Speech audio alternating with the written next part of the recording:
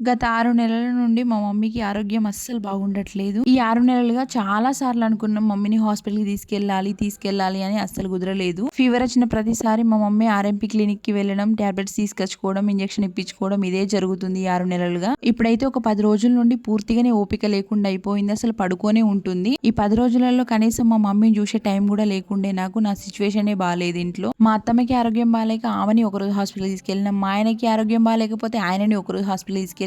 నాకు ఆరోగ్యం బాలేకపోతే నేను ఒకరోజు హాస్పిటల్‌కి వెళ్ళినా. ఇంకా మా ఇంట్లో దేవుళ్ళ పండగలు కూడా చేసినాం కదా, ఒక్కరోజు కూడా తీరిక లేకుండా అయిపోయింది. నిన్న ఫుల్ ఫీవర్ తో పాటు లో బీపీ కూడా అయింది. మా పిల్లలిద్దరు మా తమ్ముడి దగ్గరే కరీంనగర్ లో ఉంటుండ్రు. మా తమ్ముడు మరదలు ఇద్దరు డ్యూటీకి వెళ్ళిపోతే పిల్లలిద్దరే ఉంటుండ్రని మా మమ్మీ నిన్న వచ్చిందంట. ఈ రోజు పొద్దున్నే మా పిల్లలిద్దరు ఫోన్ చేసి మమ్మీ అమ్మమ్మకి ఫుల్ ఫీవర్ వచ్చింది, అసలు లేస్తలేదు అని చెప్పిండ్రు. ఈ రోజు ఎలాగైనా మా మమ్మీని హాస్పిటల్లో చూపించాలనే వెళ్ళిన. అన్ని రకాల టెస్టులు చేస్తే రిపోర్ట్స్ నార్మల్ వచ్చినాయి కానీ రేపు ఇంకొక టెస్ట్ ఉన్నది.